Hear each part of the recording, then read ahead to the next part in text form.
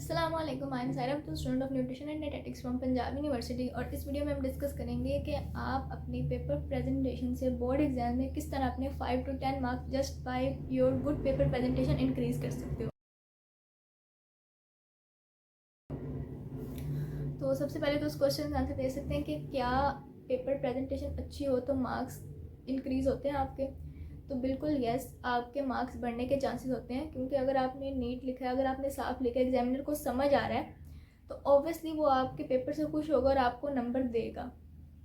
उसके अलावा paper presentation में जो इंपॉर्टेंट चीज़ें होती हैं वो मार्जिन लाइंस होती हैं कि आपने इर्द गिर्द पेपर के मार्जिन लाइंस नहीं लगी होती बोर्ड में, तो आपने वो करेक्टली लगानी है ताकि आप उस मार्जिन लाइन से एक्सीड ना करें और आपके क्वेश्चन सही तरह से डिफ्रेंशिएटेड और समझ आ रहे हों।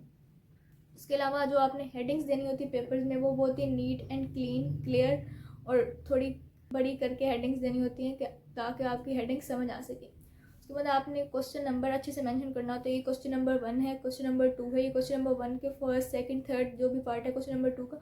इससे एग्जामिनर को आसानी होती है।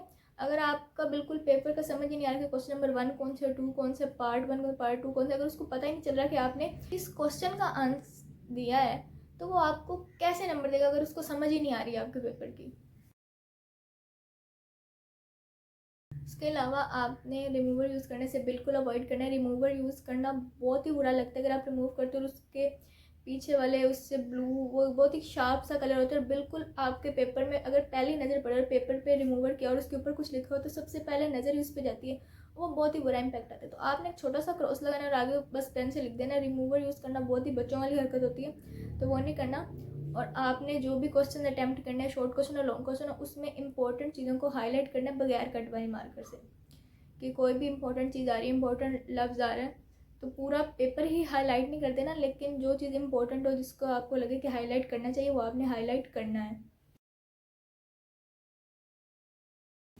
और subjects like English and Urdu जो लिटरेचर वाले सब्जेक्ट्स होते हैं उनमें तो आपके 5 to 10 मार्क्स इंक्रीज़ होने के बहुत ज़्यादा चांसेस होते हैं by just the paper presentation.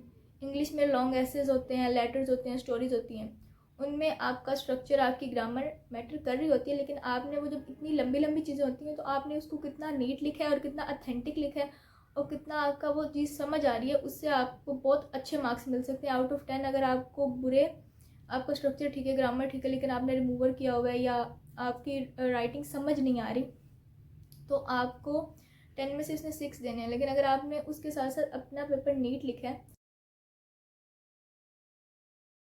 और राइटिंग अच्छी से मुराद ये नहीं कि आपकी राइटिंग अच्छी होनी चाहिए, राइटिंग इस तरह मैटर नहीं करती, बस नीट होना चाहिए कि आपकी राइटिंग रीडेबल हो, वो समझ आ रही हो, बस इतना सा काम करना होता है पेपर में, और वही आपको 10 में से आप 9 मार्क्स ले सकते हो अगर आपने वही बुरा पेपर लिख के 6 गेन करने थे।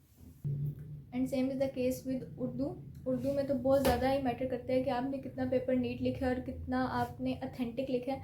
आपकी वर्डिंग, आपके शेर वगैरह मैटर कर रहे होते हैं, लेकिन उससे बढ़कर आपका पेपर नीट हो, क्योंकि उर्दू का पेपर बहुत ही ज़्यादा लेंथी होता है। एग्जामिनर बहुत ही फेडअप हो चुका होता है इतने पेपर चेक कर करके। अगर आपका पेपर उसको आसानी देगा, आपकी मार्जिन लाइन ठीक से लगी होंगी, आपका हर डिफरेंट क्वेश्चन डिफरेंट पेज से शुरू हो रहा होगा, आपने मार्कर का अच्छे से यूज़ किया होगा, आपने अच्छे अच्छे शेयर ऐड किए होंगे और आपका पेपर नीट होगा, रीडेबल होगा, तो डेफिनेटली आपके 5 to 10 मार्क्स इंक्रीज़ हो सकते हैं उर्दू के पेपर में। So for more valuable tips do subscribe to my channel and like comment share. और आप मुझे बता सकते हो कि मैं मज़ीद किस टॉपिक्स पे वीडियोज़ बनाऊँ। Thank you so much.